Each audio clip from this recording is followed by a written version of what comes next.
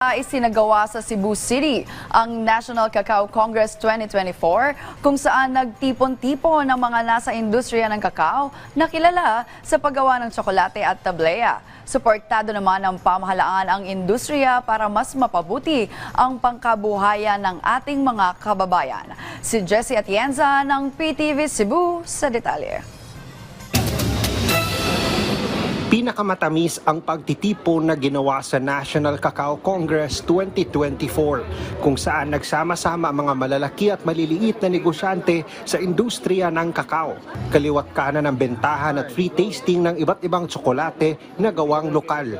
Magandang pagkakataon ito para sa kakao farmer na si Eleanor na nagmula pa sa bayan ng Malungon ng Sarangani Province. Anya, marami siyang natututunan sa Congress.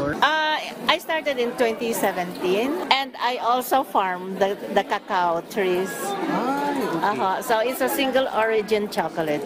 Cacao Congress is always very helpful to us kasi we meet other producers and we learn technologies from the speakers and also from other participants. Bukod sa mga produktong gawa sa kakao, may mga nakadisplay din ng mga makabagong kagamitan, gaya ng drone na ginagamit na rin sa pagsasaka ng kakao, lalo na sa paglalagay ng fertilizer. Nowadays po talagang nakatutok din tayo sa pag-innovate natin sa technology, especially sa agriculture. Kasi napakahalaga niyan na malaman din ng mga farmers natin na meron na tayong ginagamit or may mga produkto na tayo existing na, and ang kailangan na lang talaga is proper information sa kanila. Kabilang sa mga dumalo sa Congress ay si Senador Pia Cayetano.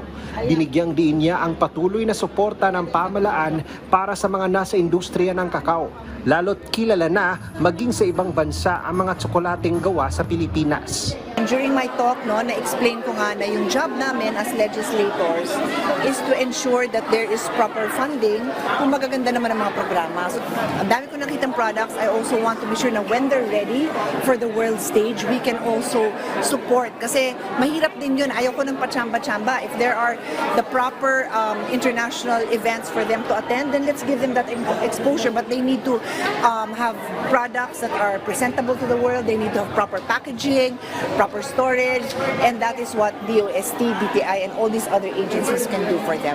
Binuo ang National Cacao Congress 2024 ng Philippine Cacao Industry Association kasama ang mga ahensya ng pamahalaan. Mula sa PTV Cebu, Jessie Atienza para sa Pambansang TV sa Bagong Pilipinas.